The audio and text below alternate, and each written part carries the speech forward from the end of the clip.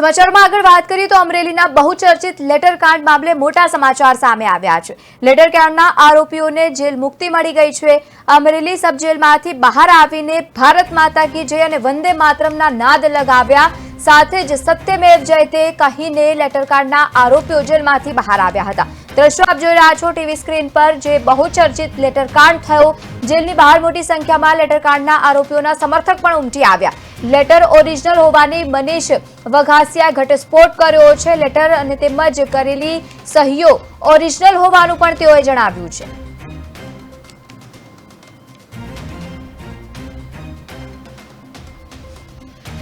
Letter paid original से सही सिक्का ओरिजिनल से लेटर पेड में सही जे છે એ ઈશ્વરભાઈ કાનપરિયાની ઓરિજિનલ સહી છે।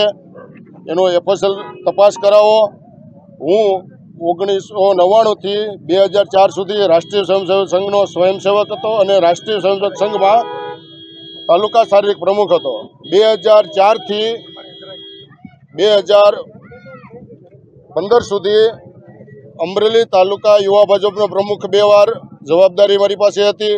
જિલ્લા ભાજપનો મીડિયા સેલનો કન્વીનર, જિલ્લા ભાજપનો રમતગમત સેલનો સહ કન્વીનર અને જિલ્લા યુવા ભાજપનો ઉપપ્રમુખની મેં જવાબદારી નિભાવેલી છે અને હાલ સક્રિય કાર્યકર છું। મને ભવિષ્યમાં કોઈ યોગ્ય પદ મળે નહીં એ માટે ષડયંત્ર રચેલ છે અને મારી ઉપર ખોટો આરોપ મૂકેલ છે અને મને ખોટો